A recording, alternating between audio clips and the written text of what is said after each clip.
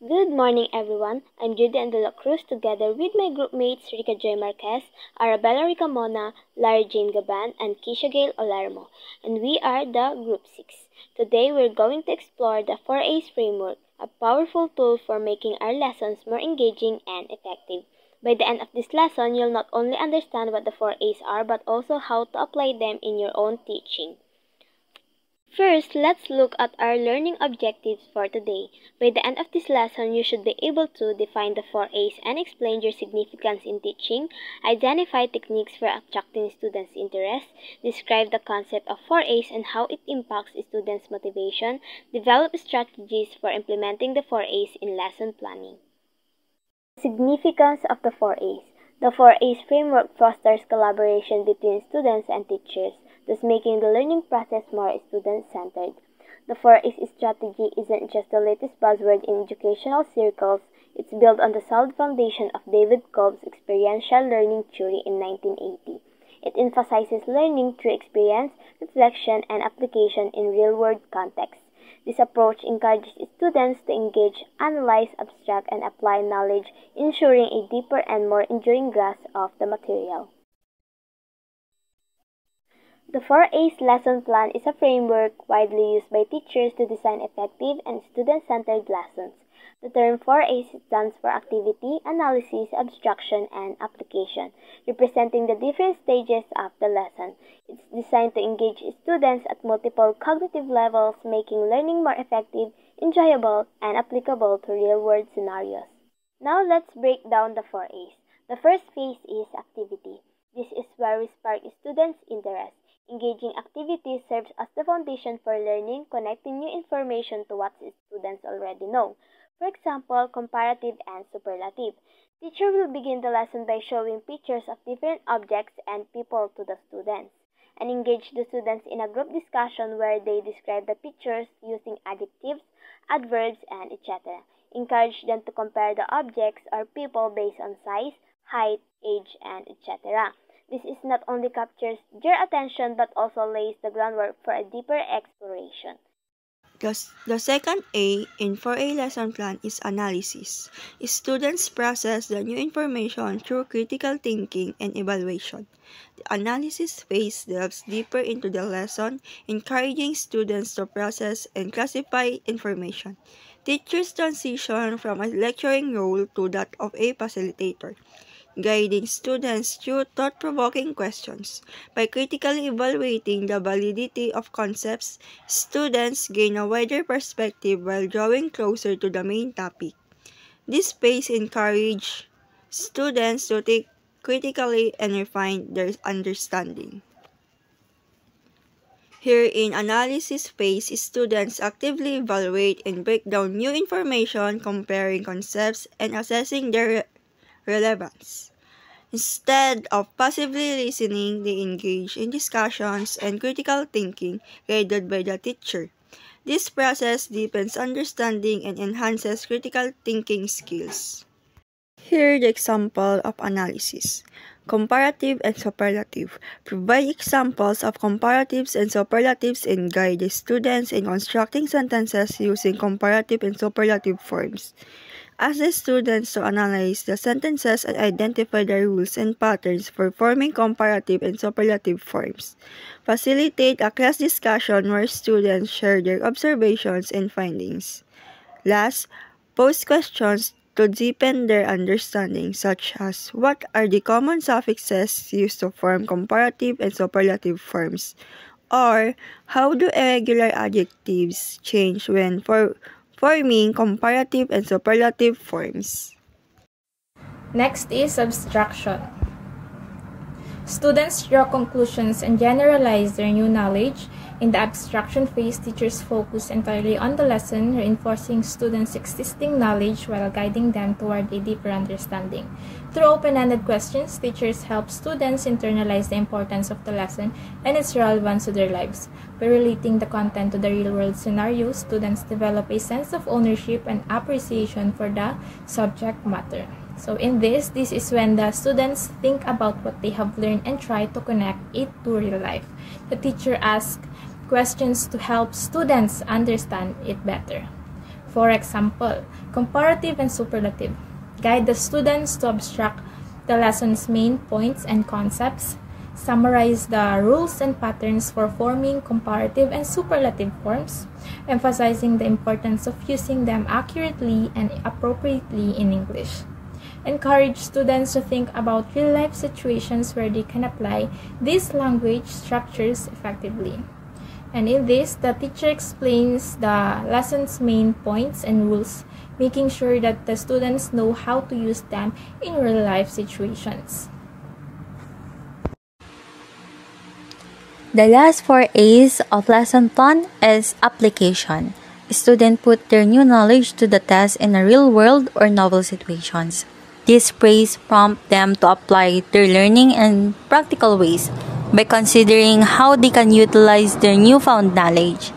Students explore innovative ways to explore and expand upon what they have learned. This phrase encourages creativity, problem solving, and the transfer of knowledge to a real-world situation. Example of this is comparative and superlative.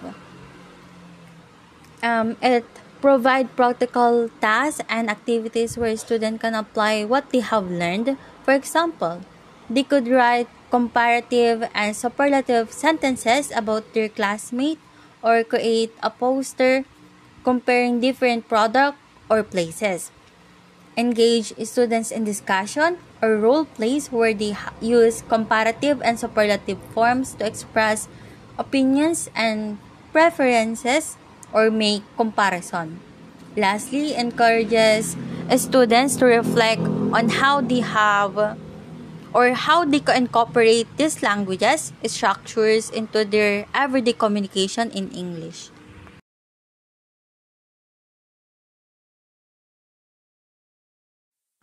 In this slide, we can see the detailed lesson plan that follows the 4A's approach. This introduces the lesson objectives and subject matter, including definitions and examples of different types of claims. The lesson begins with preliminaries such as greetings, prayer, and attendance checking. It also shows the motivation phase where students play a word jumble game to identify key terms. The lesson proper follows with students divided in 2 groups to classify sentence into fact, policy, and value claims. On to the next slide, this contains the analysis and abstraction phases, where students present their answers and the teacher explains each claim type in detail with examples.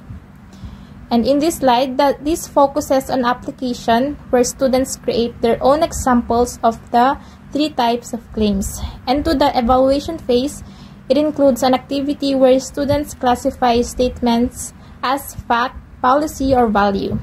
And lastly, the lesson concludes with an assignment, where students upload their work and reflect on what they have learned. And that concludes our report. Thank you for listening. Good day, everyone. Here is our detailed 4A lesson plan for English 10. Our topic for today is about fact, policy, and value. And now, let's start. Good morning, class. Good morning, Mama. Kindly stand for the opening prayer. Ara, kindly lead the opening prayer.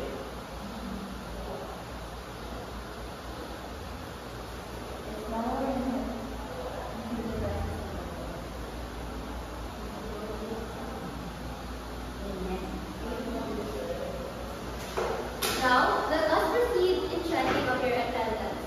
Is anyone absent today? Very good. You're all complete today. Class, did I give you an assignment yesterday? Yes, Mom. Okay, kindly pass your assignment in front.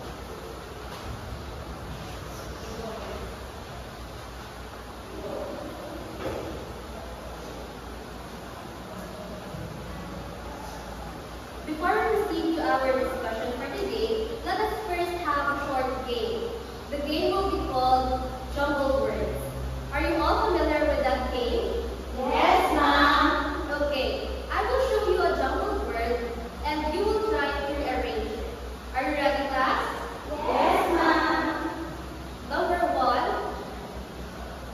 Fact. Is it really a fact?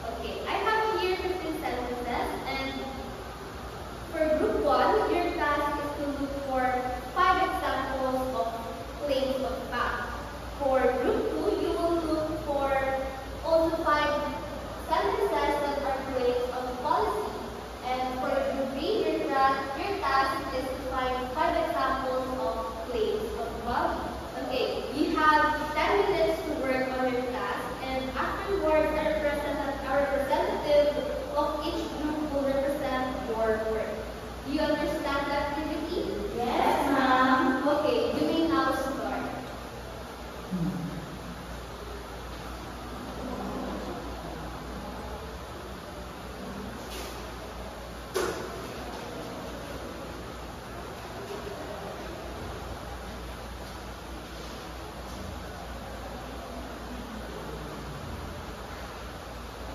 Okay, time's up, everyone. Let's see if your group got the correct answers. Let's start with the group 1. Who's your representative? Yes, Ara. So number 1 is the earth revolves around the sun. Number 2, water boils 100 degrees Celsius at sea level. Number 3, the people in one of the richest birds in the world. Number 4, smoking increases the risk of lung cancer. Number 5, how can the pandemic affect global economy? Okay, very good, group 1. You've got all the correct answers. Let's proceed to the group 2. Who's your representative? Yes, please. Number 6, the government should provide free healthcare for all citizens. Number 7, students must wear school uniform at all times. The use of plastic bags should be banned to protect the environment. Number 9, people should practice social distancing during health crisis. Last, companies and insurance should pay for privacy measures. Trouble with group 2. You've got all the correct answers. Now let's proceed to the last group. Yes, Lara. So the 5 examples of claims of values are number 11, honesty is the most important virtue. Number 12, dogs make better pets than cats. Number 13, it is unethical to cheat on exams. Number 14, helping others is more rewarding than personal success. And lastly, art is more valuable than science in expressing human emotions. Okay, very good. You've got all the correct answers. I am very pleased that every group got the correct answers. You all deserve a big round of applause. Okay, our topic for today is about claims of fact, policy, and value. Now, let's start our discussion. First, let us define claim. Any idea in the class? Any idea from the class? What is claim? Yes, Jay. Mom, I think a claim is a statement saying something happened in a certain way or will happen in a certain way. Very good, Jay. That's correct. When we talk about a claim, it refers to a statement that asserts something is true, even though some people might disagree. Now that we have defined what a claim is, let's move on to its different types. There are 3 main types of claim. Claims of fact, claims of policy, and claims of value. Let's begin with the first type, which is the claim of fact. Does anyone have an idea about what a claim of fact is? Yes, Tara. For me, claim of fact is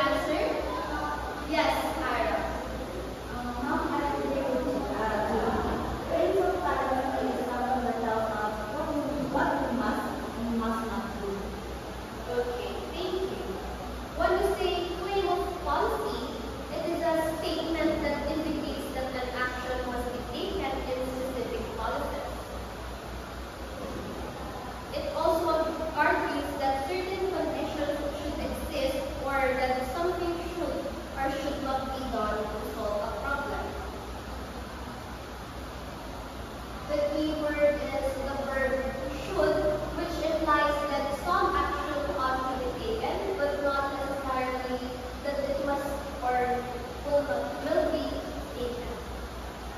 For example, students caught cheating on an exam should be reported to the school principal and receive a 0 for the exam.